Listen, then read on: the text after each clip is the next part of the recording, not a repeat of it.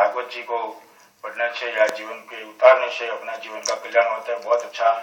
और मैं मित्रों ये कहना चाहता हूँ कि श्रद्धा विश्वास फलदायक। भगवान ने हमने भगवान को देखा या नहीं देखा वो मैं नहीं जानता, लेकिन गुरु परंपरा ये कहती है कि ये राम है, ये कृष्ण है, ये हनुमान है, ये किसी भी एक व्यक्ति, किसी भी एक मूर्ति के ऊपर अपनी जब श्रद्धा होती है, वही श्रद्धा परमात्मा का स्वरूप लेकर प्रकट होती है। और मेरा कहने का हेतु यही है कि एक शिवालय के अंदर जाके आदमी संकल्प किया कि मुझे ये दीपक जला रहा है तो मुझे ये दीपक बुझाना है।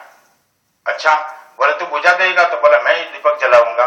शिवालय के अंदर जाके वो आदमी एक श्रद्धा लेके दीपक बुझा